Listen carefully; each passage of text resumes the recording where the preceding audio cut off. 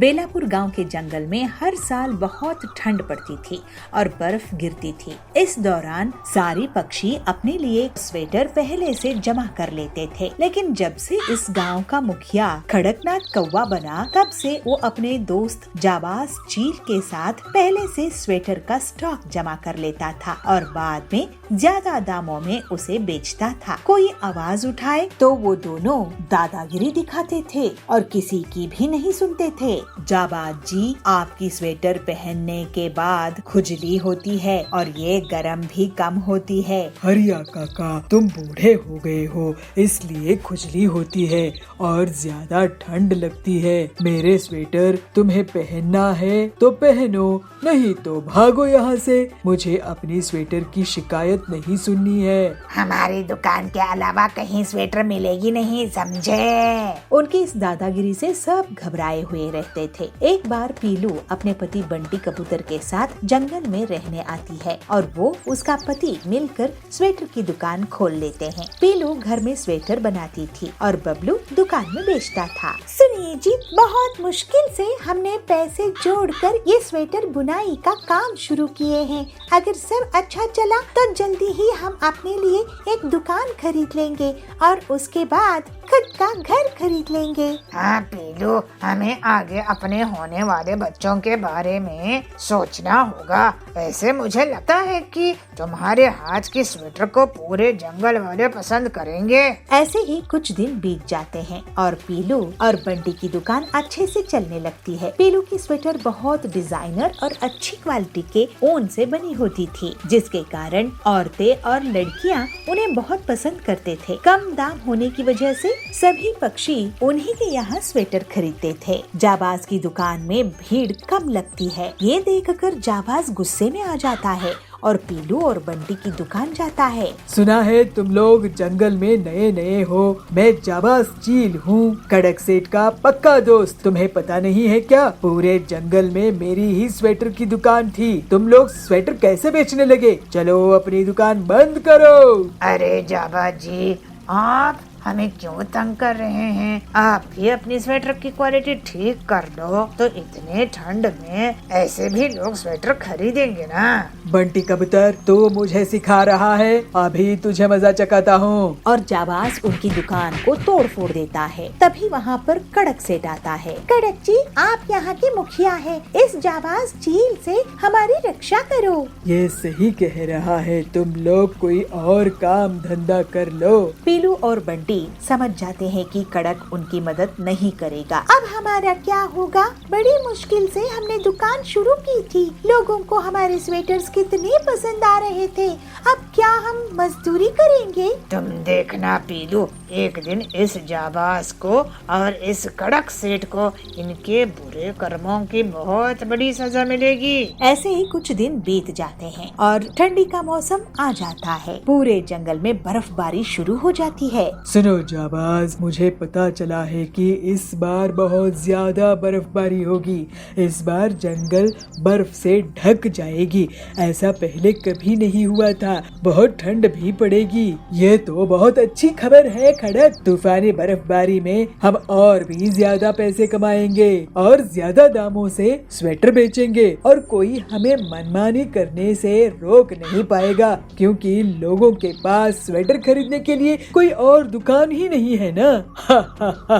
अब तो हम और भी अमीर बन जाएंगे। ये बात पीलू एक पेड़ के पीछे से सुन लेती है और तुरंत बंटी को सब कुछ बता देती है। बंटी ये सुनकर हैरान हो जाता है। ये तो तुम बहुत अच्छी खबर लाई हो पीलू, क्योंकि जब बर्फबारी होगी तब हम भी स्वेटर बेचेंगे, लेकिन कम दामों में। उसके बाद देखना कि इन दोनों बदमाशों के साथ क्या होता है। पूरा जंगल इनकी पिटाई कर देगा। जल्दी ही बर्फबारी शुरू हो जाती है और पूरा जंगल बर्फ से ढक जाता है। ठंडी तूफानी हवाएं चलती है और ठंड बढ़ जाती है। ऐसे में कड़क और जाबाज अपनी स्वेटर बेचने के लिए निकलते हैं और गांव वालों से एक स्वेटर के 1000 रुपए वसूल करने लगते हैं। यह बहुत गलत बात है। आप हम लोगों की मजबूरी का फायदा उठा रहे हैं। इतनी मुसीबत में हमारे पास खाने के लिए पैसे नहीं हैं और आप 1000 की स्वेटर बेच रहे हो। क्या करे बबली, कोई और स्वेटर भी तो नहीं बनाते। एक पीलू थी, उसकी दुकान भी इन्होंने बंद करवा दी। सुनो, तुम लोगों को खरीदना है तो खरीदो, नहीं तो भागो यहाँ से। हाँ, ज्यादा हल्ला मत करो, तुम्हारी मजबूरी है तो हम क्या करें। तभी वहाँ पर पीलू और बंटी आ जाते हैं और अपने स्वेटर को सिर्फ 500 रुपए में लोगों को बेचने लगते हैं। किसी किसी को तो वो 200 रुपए में भी स्वेटर दे देते हैं। सस्ते और अच्छी क्वालिटी के स्वेटर्स ले लो। जाबाज और कड़क के घटिया स्वेटर 1000 रुपए में है। इन्हें देखो, सस्ते और अच्छी क्वालिटी के स्वेटर्स। ओ हरिया काका, बबली दीदी, यहाँ आओ। अरे तुम दोनों फिर से आ गए, तुम्हारी इतनी हिम्मत, तुम्हारी हड्डी तोड़ दूंगा। तुम्हें दोनों को बर्फ में फेंक देना पड़ेगा, तभी तुम लोग सुधरोगे। उनकी धमकी सुनकर पक्षी गुस्से में आ जाते हैं। तुम दोनों बदमाश, इतनी ही बड़ी मुसीबत में भी लोगों को लूट रहे हो अपनी घटिया और सस्ते क्वालिटी की स्वेटर से, और इन भले बंटी और पीलू को धमकी दे रहे हो। इन्हें पकड़कर पीट दो। गुस्से में लोग जाबाज और कड़क की स्वेटर की दुकान तोड़ फोड़ देते हैं। जाबाज और कड़क की बहुत पिटाई करते हैं। हमें माफ कर दो गांव वालों, हमने तुम सबको बहुत लूटा है। मैं और कड़क तुम्हारे लिए सेवा करेंगे। हाँ हाँ, अब से हम दोनों सुधर जाएंगे और किसी को भी तंग नहीं करेंगे। हमने तुम्हारी मुसीबत में साथ देने के बजाय तुम्हें डराते धमकाते रहे, हमें माफ कर दो। थोड़े दिनों बाद तूफान और बर्फबारी रुक जाती है। पीलू और बंटी स्वेटर्स बनाना जारी रखते हैं। बंटी जी, हमारी दुकान आसपास के जंगल में भी फेमस हो गई है। अब तो बहुत ग्राहक आने लगे हैं और अब हम अपनी खुद की बड़ी दुकान खोलेंगे और घर भी लेंगे। आपकी हिम्मत की दाद देनी पड़ेगी। आप कड़क और जाबाज को सही समय पर सही जवाब दिए। ये सब तुम्हारी मेहनत और गांव वालों की प्यार की नतीजा है पीलू। और फिर सब लोग हंसी खुशी रहने लगते हैं। इस दुनिया में मेरे साथ मुकाबला करने के लिए कोई नहीं है। मुझे ही देख लो, मैं सब कुछ कर सकता हूँ। अपनी गलती की एहसास हो जाती है। सुंदरपुर नगर में राजू नाम का एक लड़का रहता था।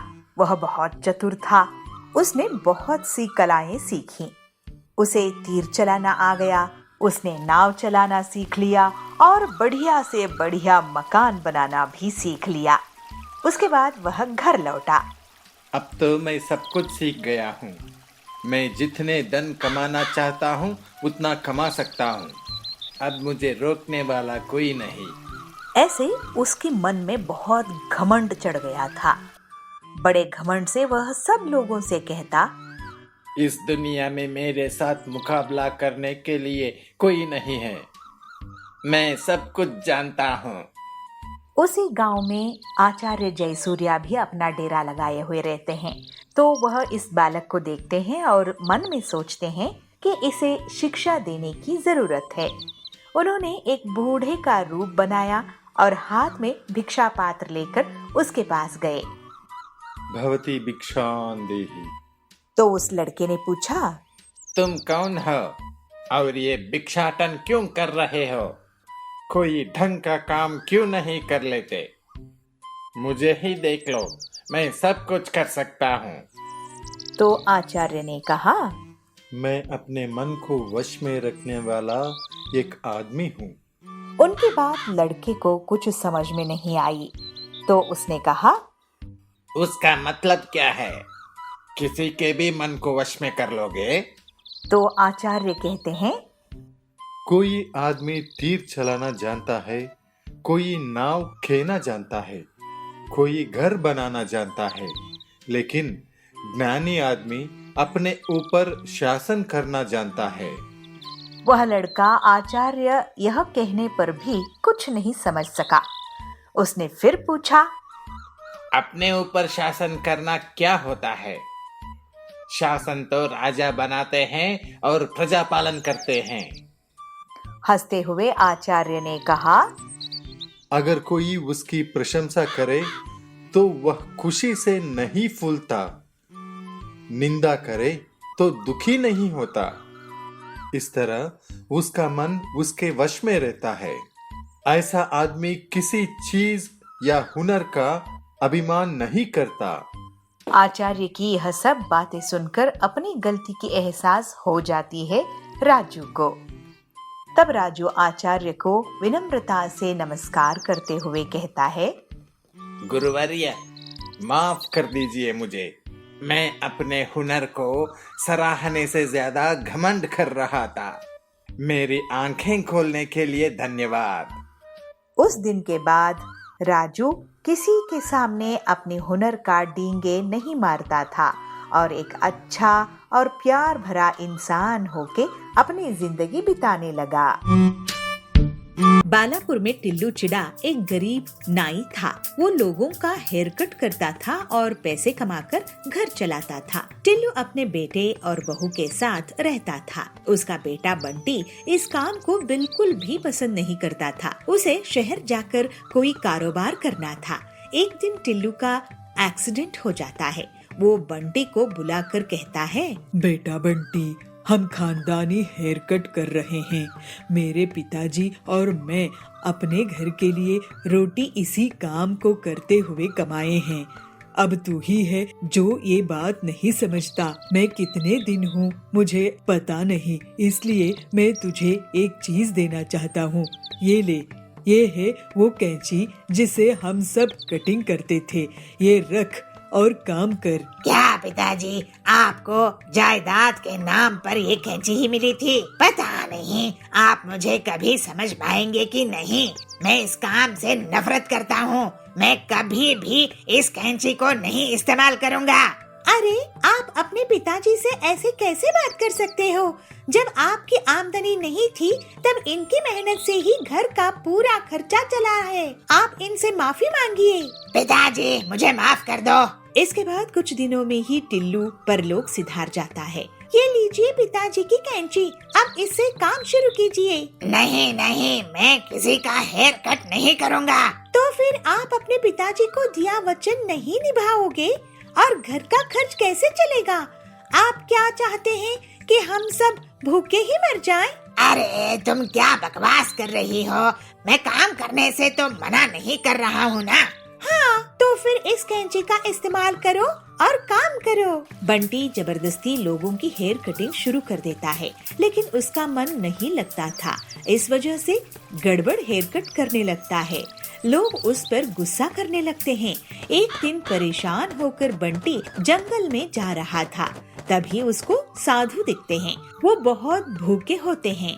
बंटी उन्हें कुछ सेब खिला देता है। साधु जी, मेरा काम में मन नहीं लगता, क्या करूं? मेरे आशीर्वाद से तुम्हारा काम अपने आप हो जाएगा। इसके बाद बंटी अपनी हेयर कटिंग की दुकान में जाता है और लोगों की कटिंग करने के लिए जैसे ही अपने पिताजी की कैंची उठाता है, वो कैंची साधु के आशीर्वाद से अपने आप हेयर कटिंग करने लगती है और जल्दी ही वो बहुत फेमस हो जाता है। वाह जी, आप तो बहुत ही कमाल के काम करने लगे हो।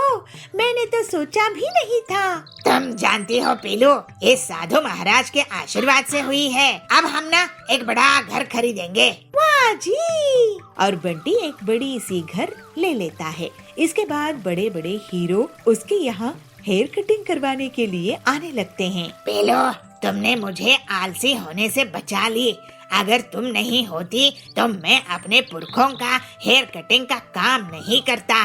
तुम्हारे कारण ही मैं इतनी तरक्की कर पाया हूँ। बड़ों का कहना मानना चाहिए जी, आपने भी वही किया। इस तरह से पीलू और बंटी खुशी खुशी रहने लगे।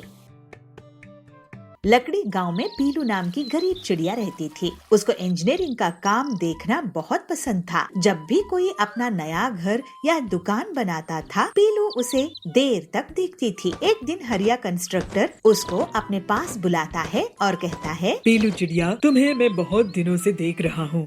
तुम हमेशा कंस्ट्रक्शन की जगह पहुँच जाती हो। क्यों, तुम्हें मजदूरी का काम चाहिए? हरिया काका, मैं गरीब हूँ, लेकिन मैं यहाँ मजदूरी के लिए नहीं आई हूँ। मुझे भी ऐसे ही घर बनाना है। अब मैं देख देख कर घर बनाना सीख गई हूँ। तुम गरीब लोग थोड़ी सी चीज क्या जान लेते हो, अपने आप को पता नहीं क्या समझने लगते हो। पता है ना, कंस्ट्रक्शन के सामान जैसे ईंट, सीमेंट, लोहे के रॉड्स कितने महंगे आते हैं। अब जाओ यहाँ से और आगे से कंस्ट्रक्शन साइट में दिखना नहीं। नाराज नहीं होइए हरिया काका, मैंने आपसे ही ये सब सीखी हूँ। आप एक दिन मुझ पर गर्व करेंगे। ऐसा कहकर पीलू अपने घर चली जाती है। उसके घर में बीमार पिता टिल्लू और बूढ़ी माँ बबली रहते थे। पीलू कहाँ चली गई थी? अरे कहीं मजदूरी कर, कुछ काम कर। घर की हालात कितनी खराब है। अभी कड़क सेठ आए थे और घर खाली करवाने की धमकी देकर गए हैं। अगर हमने उन्हें किराया नहीं दिया तो हम बेघर हो जाएंगे। माँ तुम चिंता मत करो, मैं कुछ ना कुछ करती हूँ। फिर पीलू सोच में पड़ जाती है कि वो अपना घर कैसे बनाए, क्योंकि कंस्ट्रक्शन के सामान खरीदना उसकी हैसियत के बाहर था। मैं कंक्रीट के घर नहीं बनाऊंगी, मैं इको फ्रेंडली बैम्बू का घर बनाऊंगी। फिर पीलू जंगल में बैम्बू ढूंढने निकल जाती है और उसे एक जगह बहुत से बम्बू मिल जाते हैं। पीलू उन्हें काट कर एक खाली जगह इकट्ठा कर लेती है। इसके बाद पीलू एक एक बम्बू को जोड़ जोड़ कर एक घर तैयार करने लगती है और 2 ही दिनों में वो एक छोटा सा घर तैयार करने। फिर पीलू उस घर को हरिया काका को दिखाती है। हरिया काका, कैसा लगा आपको मेरा ये बम्बू का घर? पीलू तुम तो बहुत ही तेज दिमाग की हो, लेकिन ये तुम घर बेचोगी किसको? काका, ये घर मैं अपने माता पिता के लिए बनाई हूँ। हमारे पास किराया देने के लिए पैसा नहीं है, हमें अपना किराए का घर खाली करना पड़ेगा। मैं तुम्हारा ये बम्बू का घर बिकवा दूंगा। तुम ऐसे ही और भी घर बनाओ, इससे तुम उधार खत्म कर सकोगी। नहीं तो एक घर बनाकर उसी में रहने से तुम्हें कुछ पैसे नहीं मिलेंगे। तुम्हारी जब कमाई ही नहीं होगी तो तुम आगे जीवन में क्या करोगी? हाँ काका, आप सही कह रहे हैं। आपकी मदद के लिए शुक्रिया।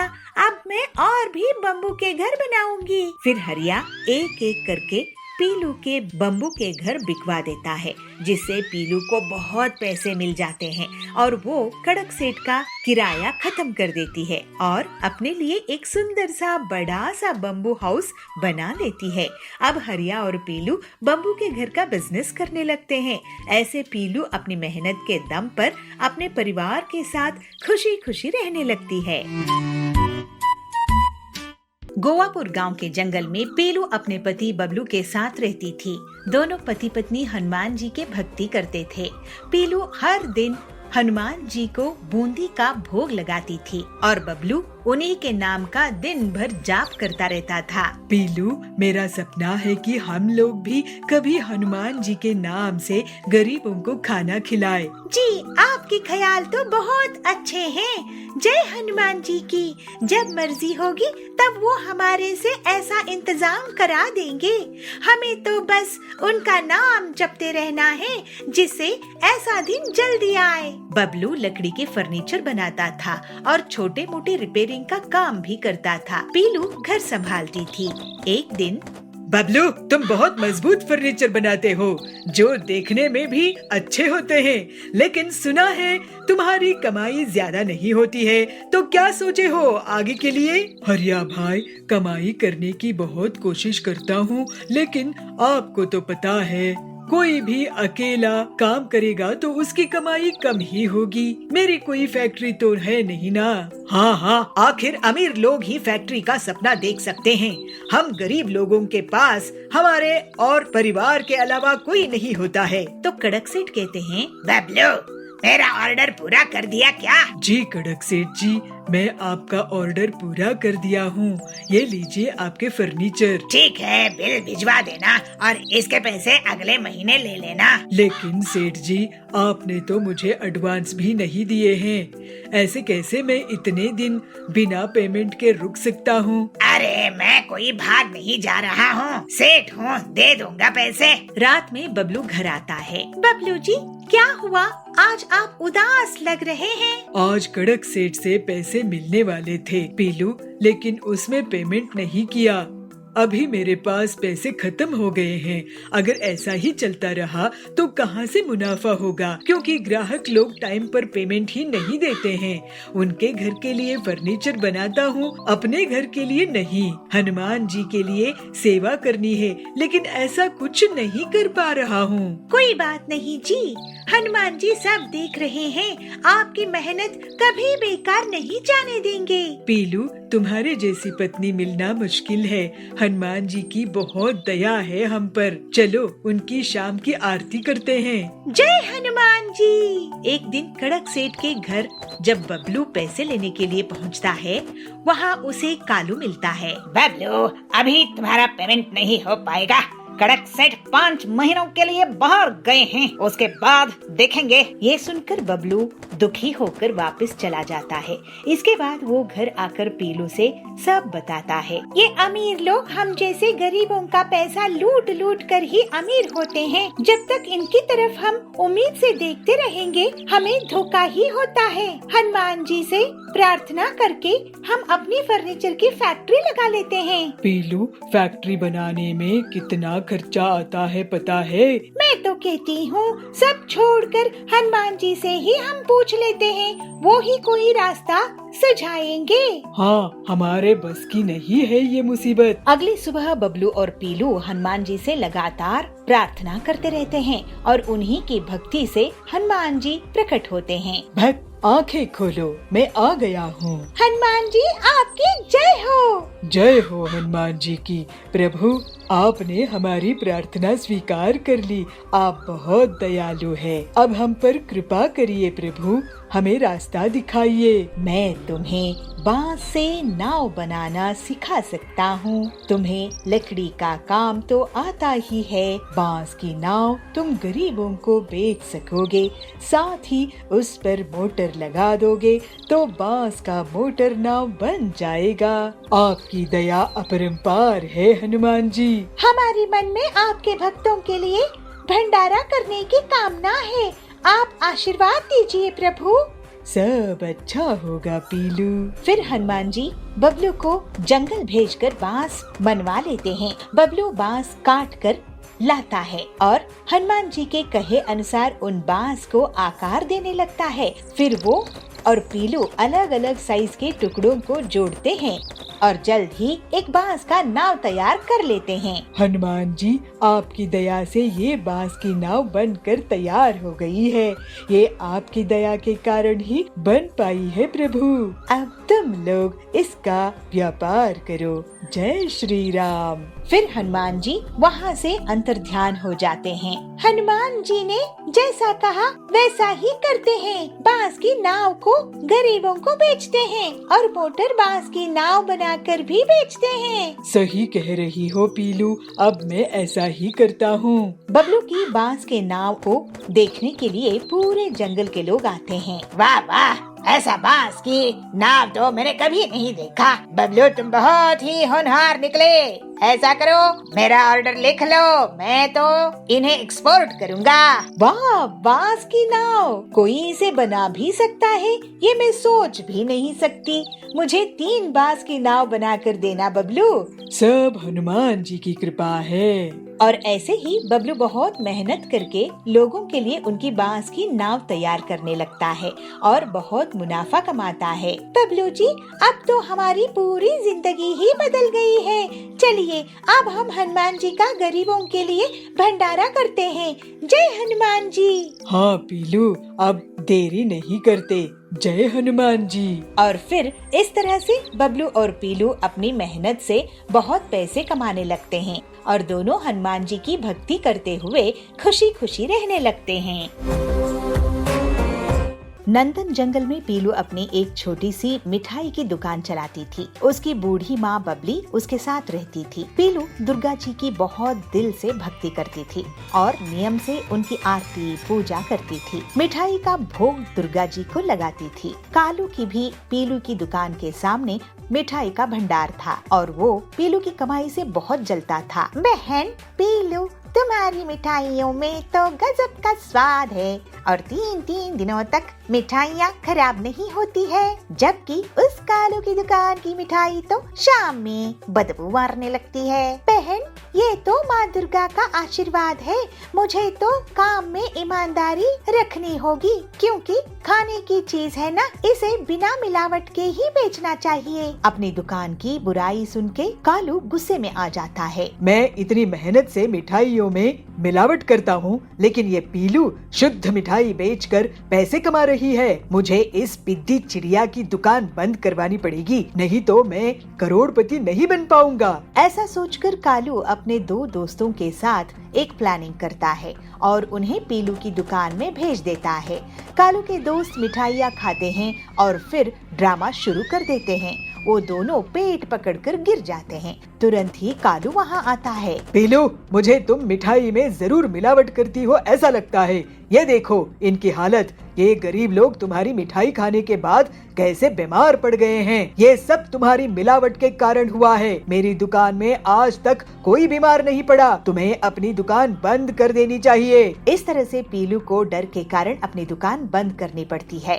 पीलू का अब घर का खर्चा भी नहीं निकल पाता है। वो कुछ नया काम शुरू करने की सोचती है। वो दुखी मन से दुर्गा जी के पास जाती है। माँ, मैं क्या करूं? कालू ने मुझे बहुत बदनाम किया है। मिलावटी मिठाइयाँ वो बेचता है, लेकिन मैं बदनाम हुई हूँ कि अब कोई मुझे काम नहीं दे रहा है। बूढ़ी माँ को अब मैं क्या खिलाऊंगी? पीलू को दुर्गा जी दर्शन देते हैं। पीलू बेटी, तू मेरी बहुत प्यारी भक्त है और मैं तेरी लगन से बहुत प्रसन्न हूँ। अब तू कभी गरीब नहीं रहेगी।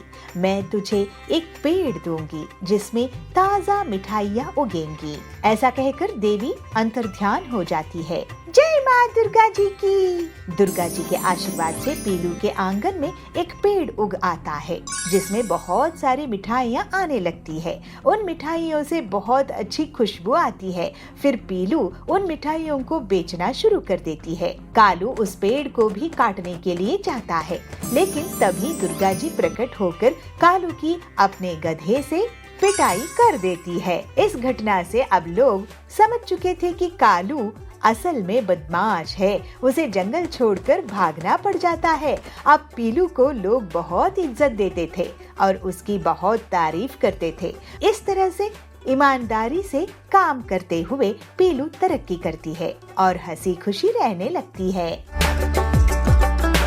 अभनपुर गांव के जंगल में संतोषी माँ की भक्त पीलू चिड़िया अपना एक छोटा सा नाश्ते की दुकान चलाती थी। उसकी पति बंटी कबूतर एक मजदूरी का काम करता था। बहुत मेहनत के बाद भी उनकी कमाई नहीं होती थी, लेकिन पीलू संतोषी माँ की भक्ति में कमी नहीं करती थी। एक दिन बंटी जब अपने काम पर गया तो ठेकेदार ने सबको काम से निकाल दिया। मुझे अब नया ठेका नहीं मिल रहा है, इस वजह से मैं अब तुम लोगों को काम नहीं दे पाऊंगा। अब तुम लोग कहीं और काम देख लो। बंटी वहाँ से काम देखने लगता है, लेकिन उसको कोई भी काम नहीं देता है और ऐसे ही 6 महीने बीत जाते हैं। ऐसे ही एक दिन बंटी दुखी होकर अपने घर आता है। ये तो बहुत मुसीबत आ गई है कि आखिर आए दिन मकान मालिक किराया मांगने आता है, किराना वाला पैसे मांगने आता है। मेरे नाश्ते का काम भी अच्छा नहीं चल रहा है। बहुत बड़ी मुसीबत आ गई है।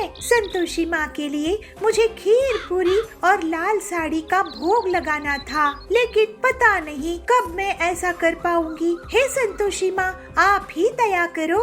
पीलू संतोषी माँ का व्रत रखती है और उनसे कहती है, हे संतोषी माँ, मैं आपसे बस आपकी सेवा के लिए इतना मांग रही हूँ कि मैं आपको हलवा पूरी का भोग लगा सकूं और लाल साड़ी भेंट कर सकूं। मुझे पता है कि आप सब जानती है कि आपकी ये बेटी किस मुसीबत में है। उस रात पीलू को संतोषी माँ उसको नींद में दर्शन देती है। बेटी, तुमने बहुत कष्ट सही है, लेकिन मेरी भक्ति नहीं छोड़ी।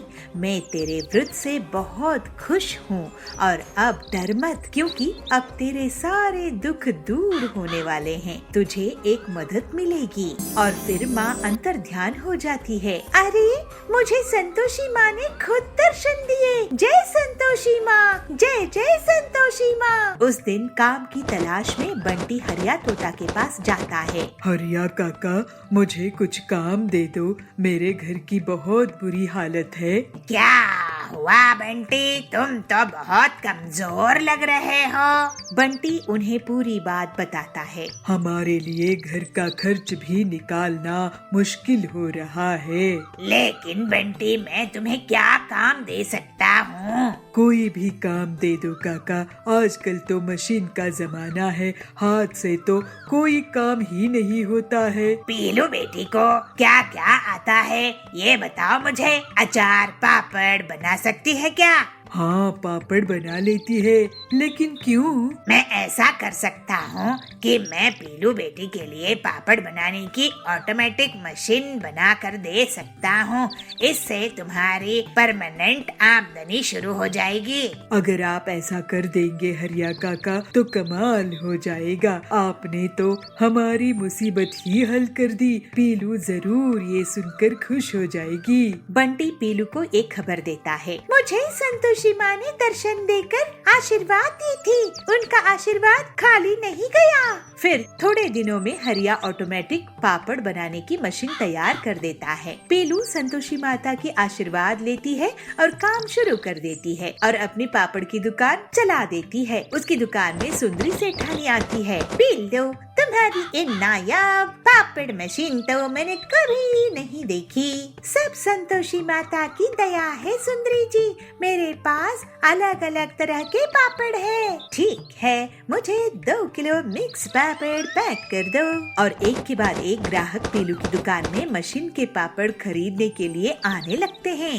अब पीलू बहन, तुम्हारे पापड़ तो लाजवाब है, मेरी सहेली को भी बहुत पसंद आए। ऐसा करो, 5 किलो पापड़ दे दो। जय संतोषी माँ। बबली बहन, आप बहुत अच्छी है, ये लीजिए। और जल्दी ही पीलू को फायदा होना शुरू हो जाता है।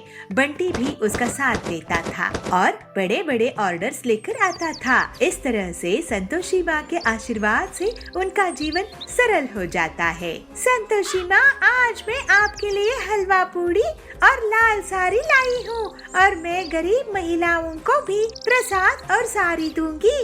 जय संतोषी माँ। जय जय संतोषी माँ। जय संतोषी माँ।